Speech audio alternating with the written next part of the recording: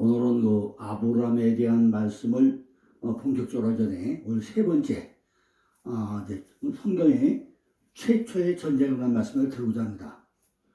성경에 보면 이제 그 창세기 14장에 최초의 전쟁 318명인데 이걸 또 설명을 드렸습니다. 우리가 성경을 잘 이해를 하시려면요, 원어가 아니면 절대로 제대로 이렇게 이해할 수 없습니다. 그래서 이게 맨 먼저 뭐였죠? 아브라함의 믿음의 조상으로 어떻게 등극을 시키면서 제일 먼저 하기 뭐였죠? 친척과 본토와 아비를 떠나라 그랬어요. 친척과 본토와 아비를 떠나라. 우리는 지금까지 친척과 본토와 아비를 떠나라고 한다면요, 여기서 저기로 가라, 그렇게밖에 생각을 안 했잖아요. 그런데 오늘을 보고 나니까 친척은 지금까지 나의 나된 것, 음이 뭐라도 될까, 본토는 지금까지 네가 가지고 그 마음 땅, 그죠? 메알체카, 아비 집은 우미베트 아비카, 이렇게 얘기를 했어요. 그러면 같은 단어가 멘카프 똑같은 공통절 강조하면서 네가 말씀에 적용해 봐라. 그러고 나면은 내가 세 가지 복을 주는데, 맴이 뭘 바뀐다 했죠? 알레브로 바뀌어가지고 알레프 카프 알레프 바뀌어서 베세카 레고이카 돌, 이렇게 또 베아 가다라 쉐마카, 또 뭐죠? 베아 베르케카, 이런 식으로 알레 맴 카프가 알레프 카프로 바뀐다고 그랬죠. 이런 식으로 우리가 원어를 제대로 봐야만이 성경을 올바로 우리가 해석해서 전수된 얘기죠. 두 번째는요, 이렇게 이제 그걸 떠나고 나면은 아브라함이 믿음이 좋아야 될 거 아닙니까? 그런데 어제는 뭐였죠? 어제는 갈대우로 떠났는데 어디를 보내죠? 하란에 와서 5년. 하란이 뭐죠? 바짝 마르다예요.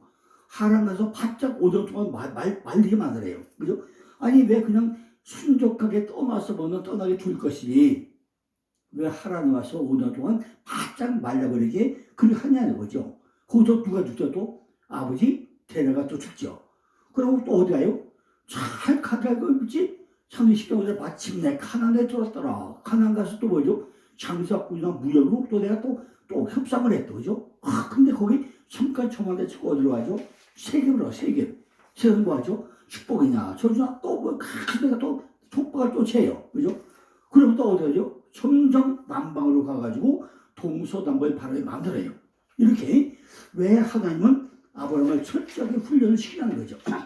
우리가 성경에서 많은 오해가 있어요. 하나님이 구름 기둥과 불 기둥이에요. 구름 뒤 잘 보이죠? 손에 잡힙니까? 안 잡히죠? 구름이 뭐죠? 물방울이 모인 게 구름이죠. 물이 뭐죠? 말씀이죠.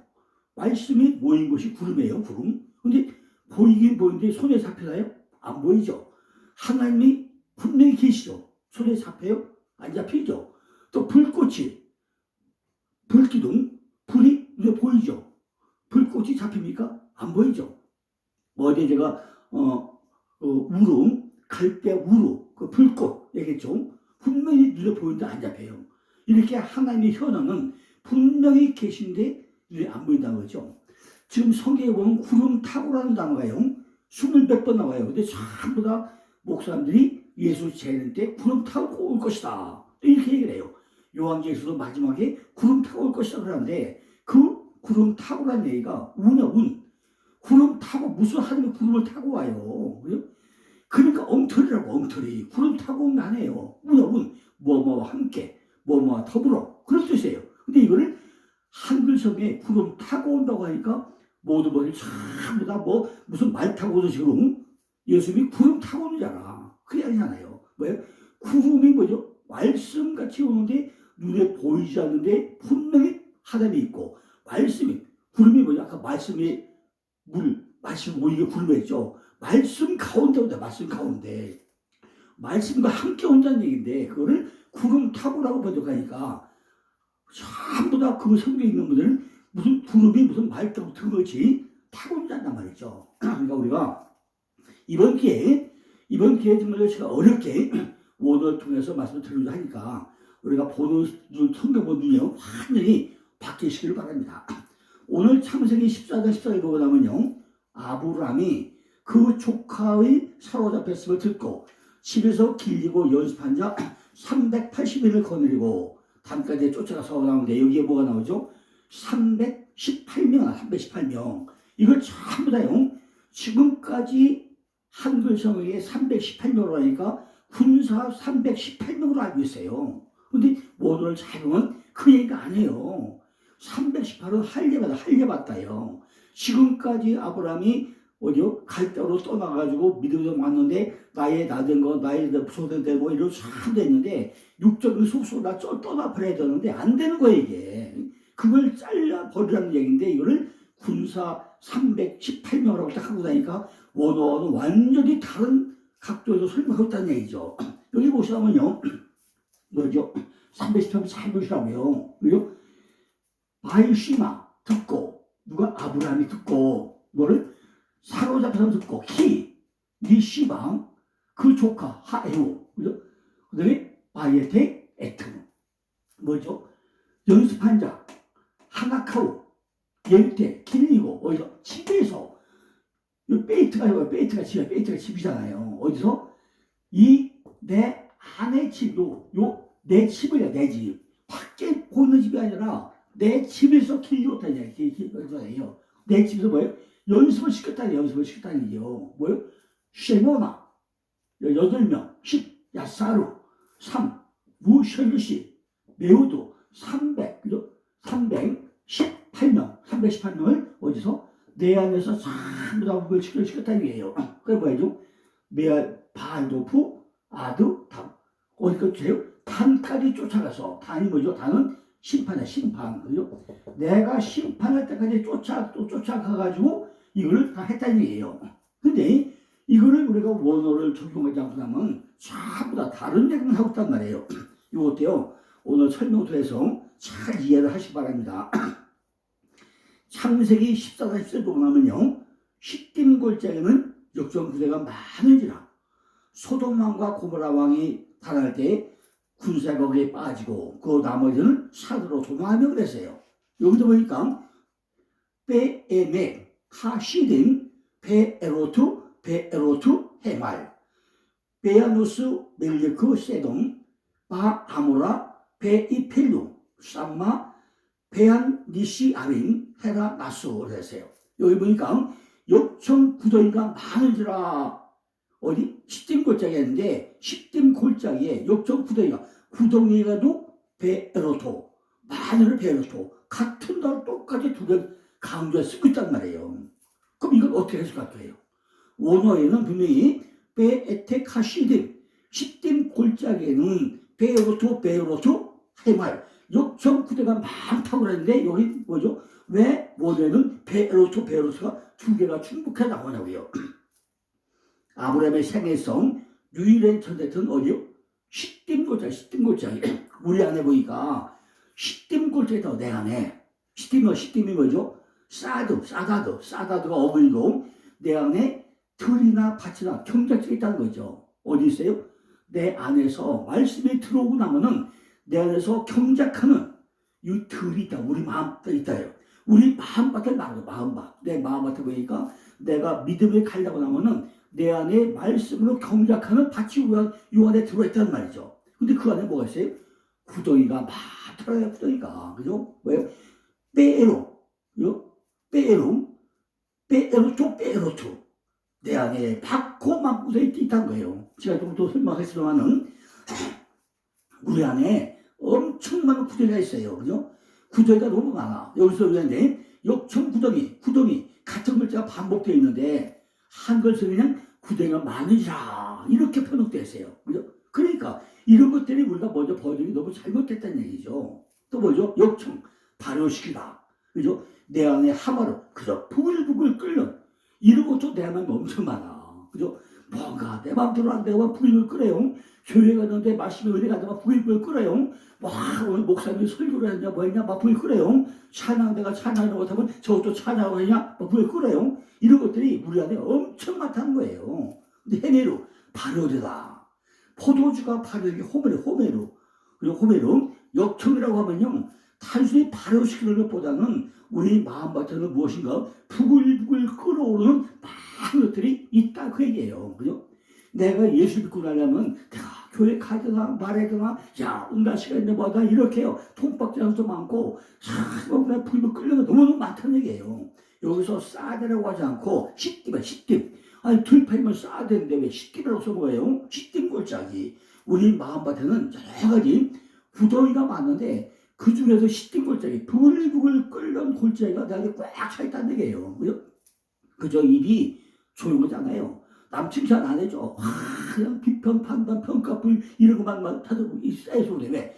우리에게 육정 속성이 떠나지 않고 나니까 우리는 뭐예요? 남 칭찬은 인색하고 남 그냥 평가, 판단 이런 것만 엄청 많아가지고 부글부글 끌려다니예요. 해면에는 포도주를 말하는데 요한복음 2장에서 예수님이 가나 혼인잔치가 있죠. 물론 포도주를 만들죠. 기적이 일어나죠. 사람들이 먹고 뭐죠? 저녁 것보다 훨씬 맛있다고 그러죠. 그죠? 아니 어떻게 저녁 거 먹어봤어요? 저녁 거 안 먹으면 사람들이 나중 거 먹으면서 저녁 거보다 맛있다고 그래요. 근데 예수님은 왜 그래? 좋은 포도를 왜 만들죠? 그죠? 우리 속에는 이미 내 성질대로 발효된 수렁과 진창이 낮은 포도주에 있어.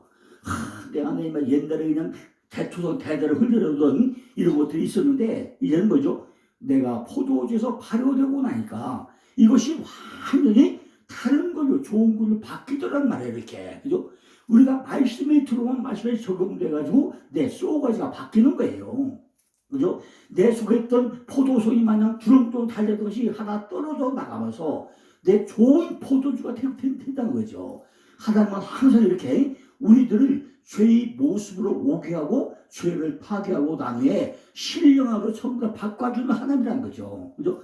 내 안에 있던 포도를 처음부터 없애고 새 포도주로 바꿔준다는 거예요. 이렇게. 그죠? 죄를 없애기 위해서 뭐죠? 죄의 모습을 입고 오시는 예수님이 뭐였죠? 하나님의 아들이 사람으로 와가지고 어떻게 됐죠? 우리 죄를 위해서 십자가에 달려 죽잖아요. 우리가 그걸 깨닫고 나면은 야 내가 죄의 몸인데 내가 죄가 해결되던가요? 내가 내 십자가 시고하면 죄가 해결되던가요? 그러니까 이런 것들이 내 안에 역청, 그죠? 역청. 이처럼 우리들이 마음밭에는 야단법석 치고 부글부글 끓어올리는 이게 너무너무 많다는 거죠. 이런 것들이 골짜기. 성경에 보니까요, 골짜기가 24개 골짜기가 나와, 골짜기가. 엄청 많아, 골짜기가. 뭐, 이렇게 골짜기가 많다는 거죠. 근데 요즘에 이 중에서 시딤 골짜기. 역청 부대가 많다는 시딤 골짜기가 설명하고 있는 거죠. 왜 성경에서 이렇게 잘 발효된 포도주는 예수님이 십자가에서 마지막 완성하는 포도주가 최고 맛있는 포도주란 말이에요. 신포도주. 그것이 지금까지 최상의 포도주 아닙니까? 왜 십자가에서 완성된다는 얘기죠? 내가 이렇게 십자가 다니면 그 포도주는 발효된 것은 아무것도 없다는 거죠. 그죠? 예수님은 물과 피를 다 쏟으시고 가장 잘 발효된 포도를 마시잖아요. 어디서? 십자가 완성하면서 야 시다 다 이루었다. 마지막 끝나잖아요. 이것은 우리들 속에 있는 낮은 포도주, 내 성질대로 발효된 원망, 불평, 시기, 질투하던 이 모든 다 쏟아버리고 마지막엔 정말 샬롬된 마지막 아주 맛있는 포도주로 완성해낸다는 거죠. 골짜기, 골짜기는 아메크, 다 갚다, 해야 되다, 할 수 없다 이런 뜻인데 우리 마음한테는 너무나 깊어가지고 헤아릴 수 없을 만큼 많은 수렁과 구덩이가 있어가지고 내 안에서 날마다 뭐야 내 안에서 전쟁이 이루어진다는 얘기예요. 근데 11절과 12절을 보니까 내 왕이 소돔과 고모라의 모든 재물과 양식을 빼앗아 가고 소돔에 거하는 아브라함이 조카로 또 사라졌고 그 재물까지 노력해 갔더라. 뺏어간 사람이 네 왕과 해버린데 성을 잘 보고 나면요 뭐 있어요? 5왕과 4왕과 또 뭐죠? 이것이 우리 속에 있다. 우리 속에 있다는 게요. 이 속에 뭐가 있다고요? 첫째는 내 안에 왕으로 지배하는 5왕이 있고 4왕이 있어. 4왕이 있고 또 뭐가 있죠? 내 안에 보니까 마므레와 에솔과 아들이 형제같이 동맹에 있다면 내 안에 이게 꽉 차 있어요. 5왕이 뭐죠? 소돔 같은 평지 같은 이런 것도 있고 고모라 같은 포악하고 물이 많은 것도 있고, 아드마 붉은 땅 같은 것도 있고, 스고이 가젤의 양막 들어가는 그런 것도 있고, 또 소와 작은 거 아주 하찮은 거 가지고 막 성들나는 것도 있고, 또 뭐죠? 네 왕이 있는데 이건 엘라왕 그죠? 높은 데 있고 크돌리아도 있고, 또 고이망 민족과 백성 뭉쳐 있고, 그죠? 신하왕 그죠? 또뭐 엘사왕 이렇게 우리 안에는 뭐가 있다고요? 다섯 왕과 네 왕에다가 그것뿐만 아니라 또 뭐가 있어요? 아므레와 에스겔과 아벨이 형제들의 동맹에서 있다는 거예요. 근데 그것이 말씀이 들어가면서 시딤 골짜기에 있는 우리들의 모든 소유물을 전부 다 뺏어가고 있다는 거죠. 그죠? 다른 얼굴로도 우리들을 변화시킬 수 없다는 거예요. 그렇다면 다 뺏기고 있는 뭐냐죠? 소돔, 바로 불타다, 고모라, 무엇이가 묶여있는 것, 명예, 돈, 포화 이런 거, 이걸 전부 다 뺏어간다는 거죠. 누구가? 엘라왕, 높은 지대, 우리 속에 감추어지고 숨겨진 것, 아주 감사하게 만든 것, 이걸 뺏어간다는 거죠. 고이망, 내 안에 두려워하고 이방 같은 거, 오만과 교만과 높임과 공포와 불안 같은 거, 이것도 뺏어간다는 거죠. 신하왕, 쓸데없는 말을 많은 것, 자기를 드러내는 것, 이것도 뺏어간다는 거죠. 엘야사왕, 사자같이 으르르내는 거, 사자같이 높아지는 거, 이것도 뺏어간다는 거죠. 어떻게? 내가 믿음 안에 들어와서 있으면 지금 내가 육적인 속성인 엘라왕, 고임왕, 시다왕, 엘사왕 이렇게 내 안에 지배하고 있던 왕 같은 것들을 누가 뺏어가요? 하나님이 다 말씀 가운데 뺏어가가지고 나를 변화시키려고 한다는 거죠. 그러니까 어때요? 그걸 뺏기고 안 뺏기고 하다 보면 어때요? 나 안에 전쟁이 일어날 수밖에 없잖아요. 이것이 창세기 14장에 와서 누가 이게 아브라함에게 최초의 전쟁이다. 그죠? 이걸 설명했다는 거죠. 우리들은 이 네 왕에게 소돔과 고모라의 소유하는 모든 것을 전부 다 뺏긴다는 거예요. 첫째, 우리 속에는 감추어지고 숨겨진 것, 간사한 것과 둘째, 이방인같이 오만하고 교만하게 높이고 공포와 불안과 등 거. 셋째는 이것들이 참으로 대해서 쓸데없는 말을 많이 해가면서 자기를 드러내는 거. 넷째는 사자에 높아지고 으르르대는 거. 그죠? 이런 것들이 다 뺏어간다는 거죠. 어떻게 알죠? 마가복음 2장 4절 보니까 중풍병자가 친구들이 예수님 앞으로 데리고 오는데 사람들이 많아가지고 들을 곳이 없는 거예요. 그리고 어디요? 지붕에 올라가서 지붕의 뚜껑을 열고 네 명이 달아내리죠.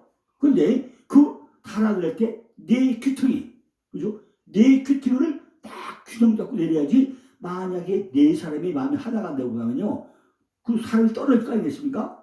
그렇게 지붕에 달아내리더라고요. 이 말도 역시 중풍병자에게 네 가지가 자기 머릿속에 꽉 차고 있어가지고 어디 달아내려요?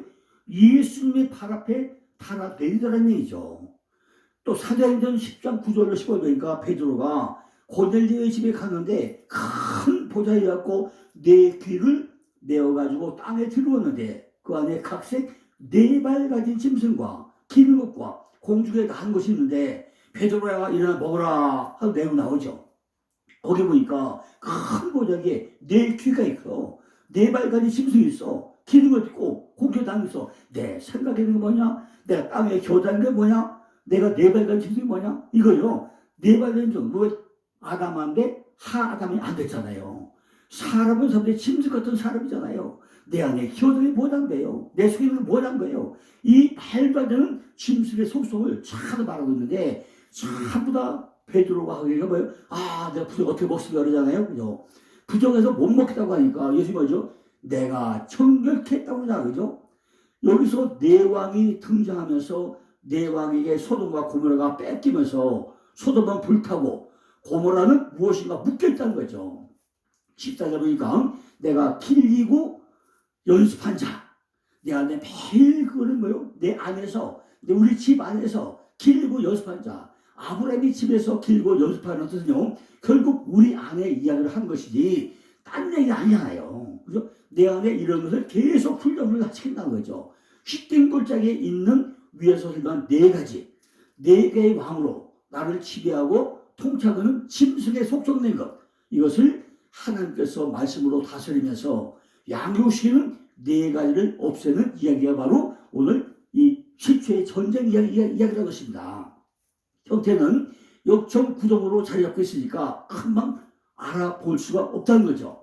이걸 집에서 기르는 연습한 자라고 설명하고 있다는 거죠. 근데 이게 하나쯤에 안 없어지죠. 그러니까 318이라는 숫자를 어떻게 해요? 매일 내 집에서 연습하고 기르는 자가 한다는 거죠.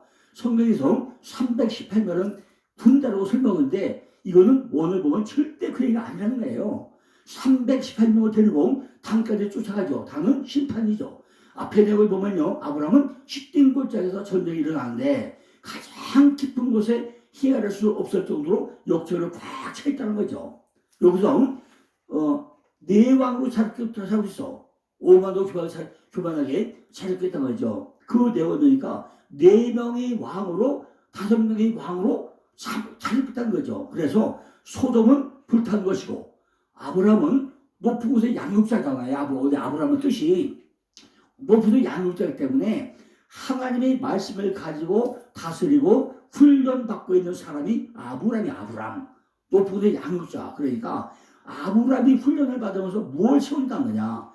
318로 세워진다네요. 단어 심판이니까 세워지고 나면은 자기 자신을 심판받는다는 거죠. 그런데 제가 오늘 써왔어요. 첫째 날이 오리종, 둘째 날 라테종, 에르치종, 그 다음에 넷째 날이 요 적용된 날짜가 리메우토, 해와 달과 별이종.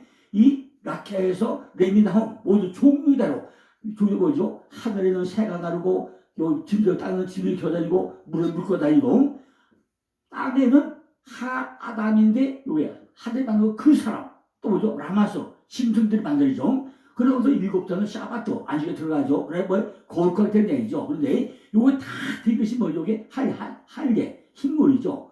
그러니까 9장 날이 구원 예수왕 10장은 11절이죠. 근데 요 할례가 다 되고 나서 뭐예요? 지금 요 할례는 잘라 버리는 거죠. 잘라 버리는 것이 할례. 그죠? 육적인 마지막 생식근을 잘라버리는 게 할례잖아요. 이거를 통해서 우리가 할례를 이룩한다는 얘기죠. 해마다 318명, 그죠? 3자, 10자, 8자. 이 숫자를 통해서 그걸 이룩한다는 얘기죠. 잘 들어보세요. 세모나, 팔이 세모나인데, 요 팔이요. 세모나고, 야살이요. 3이 우셔리시고, 요 바보가 있고, 요 매우트인데, 8이라는 숫자가 할례로 할례. 빛이 날 정도로 많은 게 8이죠. 구체적으로 무엇을 할례로 한 거냐. 여기서 할례를 분명히 설명을 해줘야 돼요. 결국 할례는 318이라는 것이 할례라는 거예요. 3은 삼요소의 인격을 말하는 것이고 100은 망대고 인격을 말하죠. 삼요소의 망대가 하나님이 11조로 들어지는 것이 인격으로 드러나는 것이 할례라는 거예요. 노아의 방주에는 8명도 할례 받은 자라고 그 18명의 그 의미를 가지고 있다는 겁니다. 아브라함이 탄까지 갔다는 것은요, 그것을 심판했다는 거예요. 심판받는다는 거죠. 반드시 내가 새로 세워지고 나면은 그것이 무언가 우리가 찾아가면은 우리가 11조로 잘 우리가 판단해 봐야 된다는 거죠. 삼요소란 하나님께서 주체적으로 세우는 거잖아요. 첫째 날부터 셋째 날까지 삼요소이고 우리에게 적용된 것이 넷째 날부터 여섯째 날까지고 이것이 다 통합 하나 된다는 얘기죠. 그러니까 3이 100이 된다는 것은 3요소가 100, 인격, 그죠? 코프, 소망이 된다는 것이 넷째부터 여섯째 날까지 내 속에서 말씀의 인격으로 드러난다는 거예요.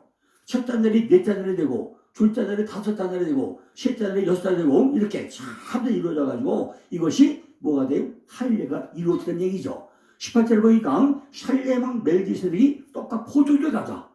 이걸 참 끝나고 나면요.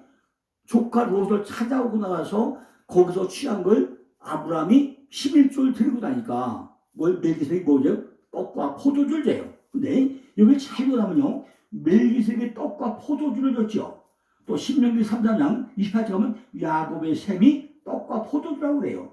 또 우리가 성장시 때 고린도전서 11장 23절 25절은 내 몸은 떡이요 내 피 포도로 하죠. 또 마태복음 26장 26절 17절에 내 몸은 떡이요 내 피 포도로, 이게 다 뭐죠? 예수 그리스도죠.